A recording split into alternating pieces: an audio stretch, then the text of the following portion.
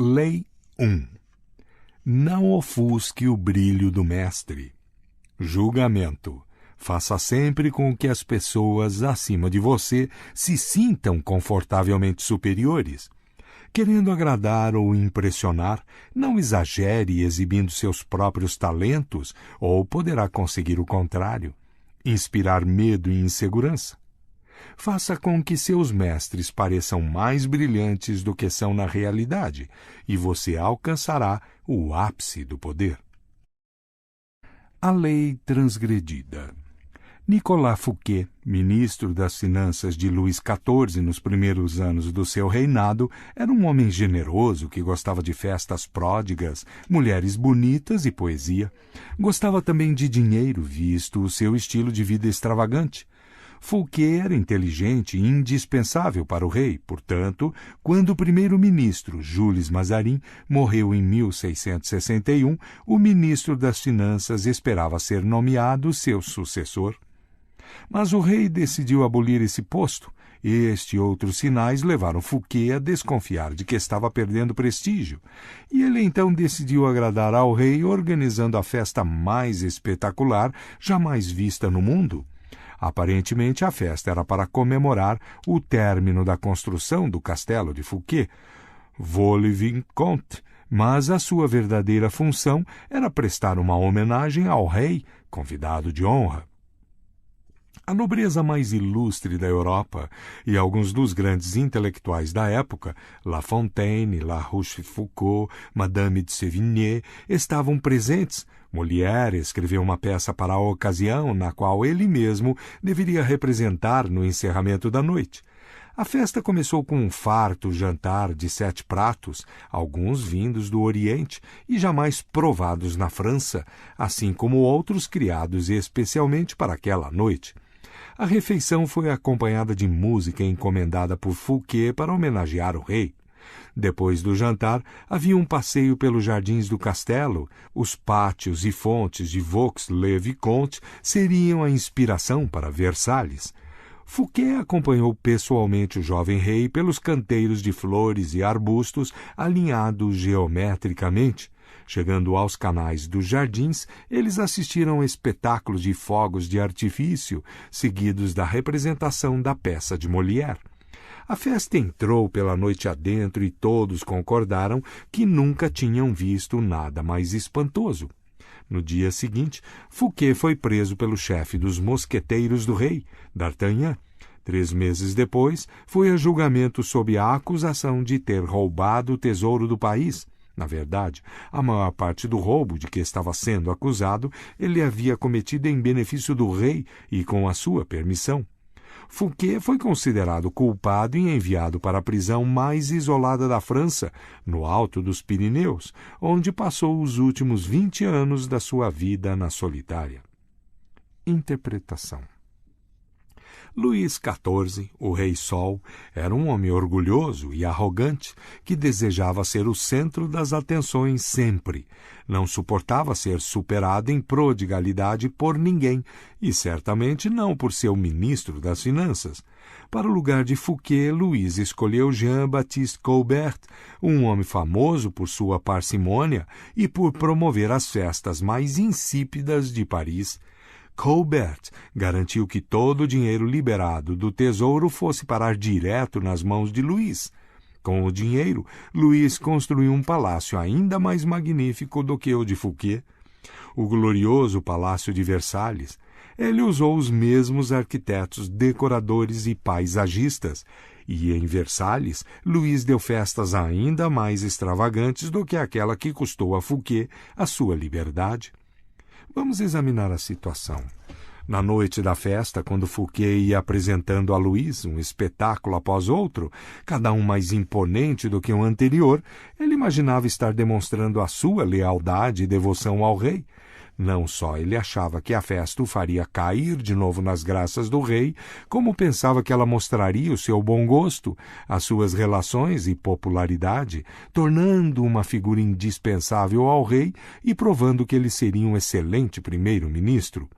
Mas cada novo espetáculo, cada sorriso de apreço dos convidados dirigido a Fouquet fazia Louis achar que seus próprios amigos e súditos estavam mais encantados com o ministro das Finanças do que com o próprio rei, e que Fouquet estava, na verdade, ostentando a sua riqueza e poder.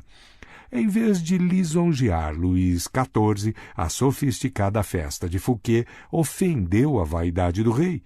Luís não reconheceria isso diante de ninguém, é claro. Pelo contrário, ele encontrou uma desculpa conveniente para se livrar do homem que, inadvertidamente, o fizera se sentir inseguro.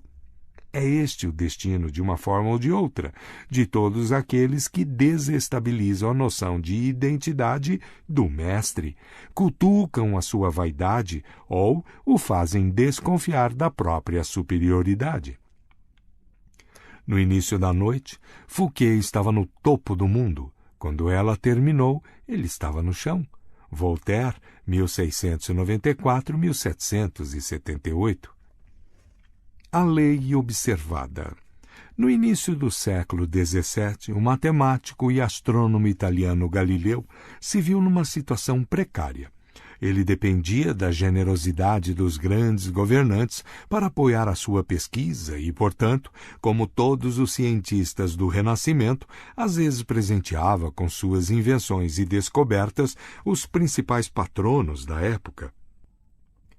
Certa ocasião, por exemplo, ele ofereceu uma bússola militar que havia inventado ao Duque de Gonzaga. Depois dedicou um livro explicando o uso da bússola aos Médici. Ambos os governantes ficaram gratos e, por intermédio deles, Galileu conseguiu arranjar mais alunos. Mas não importava o tamanho da descoberta, seus patronos costumavam lhe pagar com presentes, não com dinheiro. Isto resultava numa vida de constante insegurança e dependência. Devia haver um jeito mais fácil, ele pensou. Galileu achou uma nova estratégia em 1610, quando descobriu as luas de Júpiter. Em vez de dividir a descoberta entre seus patronos, como havia feito no passado, dando a um telescópio que havia usado, dedicando a outro um livro e assim por diante, ele decidiu se concentrar exclusivamente nos Médici. Ele os escolheu por um motivo. Pouco depois de estabelecer a dinastia dos Médici em 1540, Cosimo I tinha escolhido Júpiter, o mais poderoso dos deuses, como seu símbolo, um símbolo de poder que ia além da política e dos bancos, um símbolo que estava associado à Roma antiga e às suas divindades. Galileu transformou a sua descoberta das luas de Júpiter num acontecimento cósmico homenageando a grandiosidade dos Médici. Logo após a descoberta, ele anunciou que as estrelas brilhantes, as luas de Júpiter, se apresentaram nos céus ao seu telescópio ao mesmo tempo em que Cosimo II era entronizado. Ele disse que o número de luas, 4, se harmonizavam com o número dos Médici. Cosimo II tinha 13 irmãos, e que as luas giravam em torno de Júpiter, como estes 4 filhos giravam em torno de Cosimo I, fundador da dinastia. Mais do que uma coincidência, isto mostrava que os próprios céus refletiam a ascendência da família Médici. Depois de dedicar a descoberta aos Médici, Galileu encomendou um emblema representando Júpiter sentado numa nuvem com as 4 estrelas girando em torno dele, e o presenteou a Cosimo II como um símbolo do seu vínculo com as estrelas. Em 1610, Cosimo II nomeou Galileu filósofo e matemático oficial da corte com um ótimo salário. Para um cientista, este era o golpe da sua vida. Os dias de mendicância por um patrocínio tinham chegado ao fim. Interpretação. De uma só tacada, Galileu ganhou mais com sua nova estratégia do que com todos os anos de mendicância. A razão é simples. Todos os mestres querem brilhar mais do que os outros. Eles não estão preocupados com a ciência ou a verdade empírica ou a mais recente invenção. Estão interessados no seu próprio nome e na sua própria glória. Galileu deu aos Médici infinitamente mais glória associando o nome deles às forças cósmicas do que fazendo-os patronos de alguma nova engenhoca ou descoberta científica. Os cientistas não estão livres dos caprichos da vida na corte e da proteção de um patrono. Eles também precisam servir a senhores que controlam os cordões da bolsa, e os seus grandes poderes intelectuais podem fazer o senhor se sentir inseguro, como se estivesse ali apenas para suprir fundos, uma tarefa feia, ignóbil. O produtor de uma grande obra quer sentir que é mais do que apenas o financiador. Ele quer parecer criativo e poderoso e também mais importante do que a obra produzida em seu nome. Em vez de insegurança, você deve lhe dar glória. Galileu não desafiou a autoridade intelectual dos Médici com a sua descoberta, ou os fez se sentirem inferiores de alguma forma. Ao associá-los com as estrelas, ele os fez resplandecer fulgurantes entre as cortes italianas. Ele não ofuscou o brilho do seu senhor, ele o fez brilhar mais do que todos. As chaves do poder. Todos têm as suas inseguranças. Quando você se expõe ao mundo e mostra os seus talentos, é natural que isso desperte todos os tipos de ressentimentos, invejas e outras manifestações de insegurança. É de se esperar que isto aconteça. Você não pode passar a vida se preocupando com os sentimentos mesquinhos dos outros, mas com quem está acima de você é preciso adotar outra abordagem. Quando se trata de poder, brilhar mais do que o mestre talvez seja o maior erro. Não se iluda pensando que a vida mudou muito desde a época de Luís XIV e dos Médici. Quem conquista um alto status na vida é como os reis e as rainhas, quer se sentir seguro da sua posição e superior aos que o cercam em inteligência, perspicácia e charme. É uma falha de percepção mortal, porém comum, acreditar que exibindo e alardeando seus dons e talentos, você está conquistando o afeto do Senhor. Ele pode fingir apreço, mas na primeira oportunidade vai substituir você por alguém menos brilhante, menos atraente, menos ameaçador, assim como Luís XIV substituiu o reluzente Fouquet pelo apagado Colbert. E como no caso de Luís XIV, ele não admitirá a verdade, mas arranjará uma desculpa para se livrar da sua presença. Esta lei implica duas regras que você precisa entender. Primeiro, é possível inadvertidamente brilhar mais do que o Senhor, sendo simplesmente você mesmo. Existem senhores que são mais inseguros do que outros, monstruosamente inseguros. Você pode naturalmente brilhar mais do que eles com seu charme e sua graça. Ninguém possuía mais talentos naturais do que Astor Manfred, príncipe de Faenza, o mais belo de todos os jovens príncipes da Itália. Ele cativava seus súditos com sua generosidade e espírito liberal. Em 1500, César Borgia sitiou Faenza. Quando a cidade se rendeu, os cidadãos esperaram o pior do cruel Borgia, que, entretanto, resolveu poupá-la. Ele simplesmente ocupou a sua fortaleza, não executou nenhum dos seus cidadãos e permitiu que o príncipe Manfred, com 18 anos na época, permanecesse com sua corte em total liberdade. Mas, poucas semanas depois, os soldados arrastaram Astor Manfred para uma prisão romana. Passou-se um ano e o seu corpo foi pescado no rio Tibre, com uma pedra amarrada no pescoço. Borgia justificou o ato terrível com uma história inventada de traição e conspiração, mas o verdadeiro problema foi que ele era notoriamente fútil e inseguro. O jovem brilhava mais do que ele sem fazer nenhum esforço. Devido aos talentos naturais de Manfred, a sua simples presença fazia Borgia parecer menos atraente e carismático. A lição é simples. Se não for possível evitar ser charmoso e superior, você deve aprender a evitar esses monstros de vaidade. É isso, ou descobrir um jeito de apagar as suas boas qualidades quando estiver na companhia de um César Borgia. Segundo, não imagine que pode fazer tudo o que quiser porque o Senhor gosta de você. Livros inteiros poderiam ser escritos sobre favoritos que caíram em desgraça por considerar garantido seu status, por ousar brilhar. No Japão do final do século XVI, o favorito do imperador Hideyoshi era um homem chamado Sei no Rikyu, principal artista da cerimônia do chá, que tinha se tornado uma obsessão da nobreza. Ele era um dos conselheiros de maior confiança de Hideyoshi, tinha o seu próprio apartamento no palácio e era homenageado por todo o Japão. Mas, em 1591, Hideyoshi mandou prendê-lo e condenou-o à morte. Rikyu preferiu se suicidar. A causa desta repentina mudança de sorte foi descoberta mais tarde. Parece que Rikyu, antes um camponês e depois favorito da corte, tinha mandado esculpir uma estátua de madeira retratando-o de sandálias, sinal de nobreza, e com uma pose arrogante. Ele tinha mandado colocar a estátua no templo mais importante dentro dos muros do palácio, bem à vista da realeza que costumava passar por ali. Para Hideyoshi, isto significava que Rikyu não tinha senso de limite. Presumindo ter os mesmos direitos da mais alta nobreza, ele se esqueceu de que a sua posição dependia do imperador e chegou a acreditar que a havia conquistado por si próprio. Este foi um erro de cálculo imperdoável e ele pagou com a vida.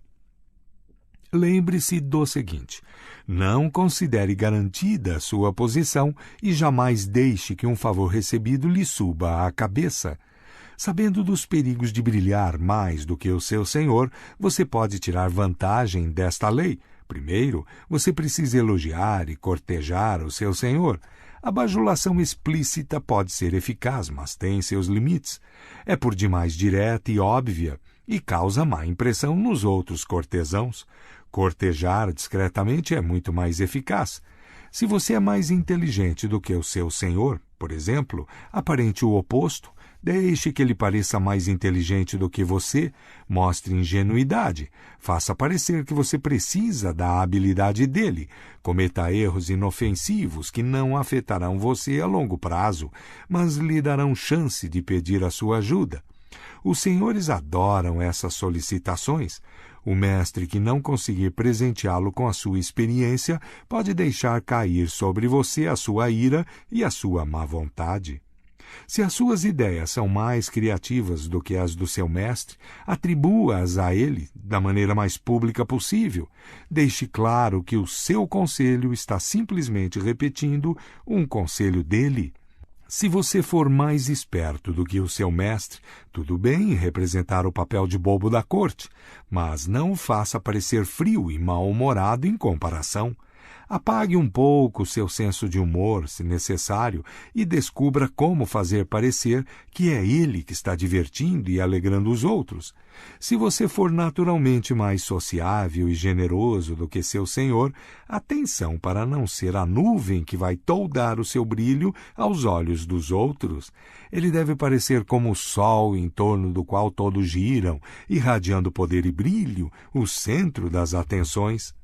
Se você for responsável por distraí-lo, a exibição dos seus meios limitados conquistará a simpatia dele. Qualquer tentativa de impressioná-lo com a sua graça e generosidade pode ser fatal.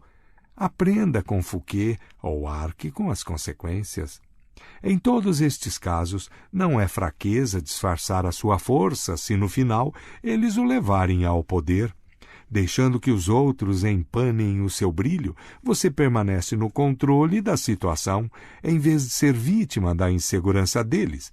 Isto será muito útil no dia em que você decidir elevar o seu status inferior.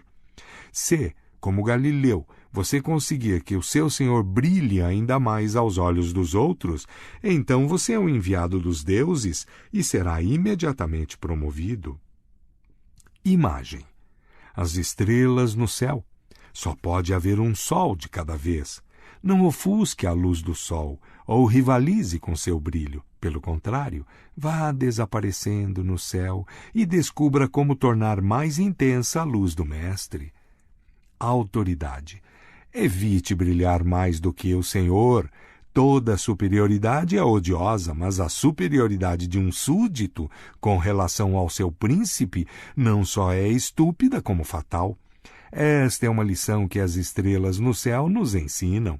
Elas podem ser aparentadas com o sol e tão brilhantes quanto ele, mas nunca aparecem em sua companhia. Baltazar Gracian, 1601-1658. O inverso. Você não pode ficar se preocupando em não aborrecer todas as pessoas que cruzam o seu caminho, mas deve ser seletivamente cruel. Se o seu superior é uma estrela cadente, não há perigo nenhum em brilhar mais do que ele. Não tenha misericórdia. Se seu senhor não teve escrúpulos na sua própria ascensão a sangue frio até o topo, calcule a força dele. Se for fraco, apresse discretamente a sua queda. Supere-o, seja mais encantador, mais inteligente do que ele nos momentos-chave. Se ele for muito fraco e estiver prestes a cair, deixe a natureza seguir o seu curso. Não arrisque brilhar mais do que um superior frágil. Pode parecer crueldade ou despeito. Mas se o seu senhor está firme na sua posição e você sabe que é mais capaz do que ele, tenha paciência e espere o momento mais propício. O curso natural das coisas é o poder acabar enfraquecendo. O seu senhor cairá um dia, e se jogar direito, você vai sobreviver, e um dia brilhar mais do que ele.